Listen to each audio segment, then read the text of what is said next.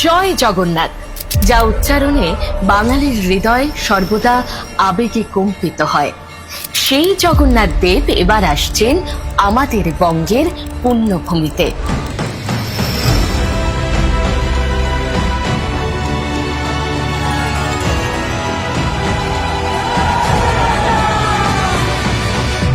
দীঘার দিগন্ত বিস্তৃত নীল জলরাশি বালিয়ারি ঝাউবনের সারির সঙ্গে যুক্ত হতে চলেছে কলিঙ্গ স্থাপত্যে গঠিত জগন্নাথ মন্দির।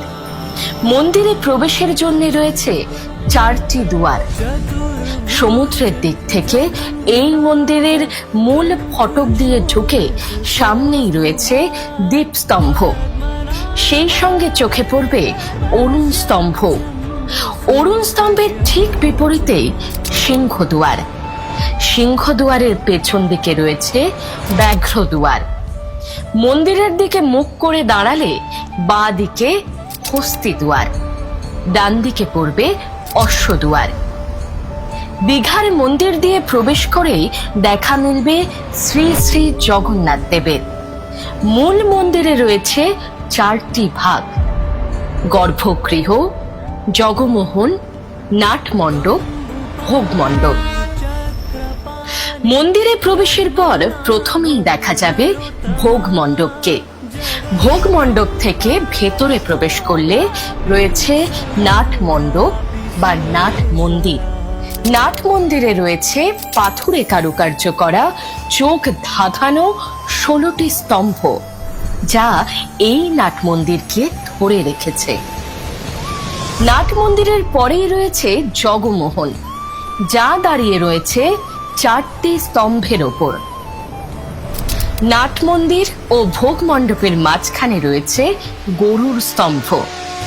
গর্ভগৃহে তৈরি করা হয়েছে বেদি, যেখানে একসঙ্গে আসীন হবেন মার্বেলে তৈরি জগন্নাথ দেব, বলভদ্র ও সুভদ্রা দেবী।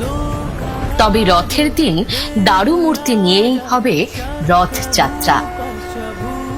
এছাড়াও মন্দিরে থাকছে জগন্নাথ দেব, বলভদ্র, সুভদ্রা দেবীর শয়নের জন্য 3টি সুদৃশ্য খাট।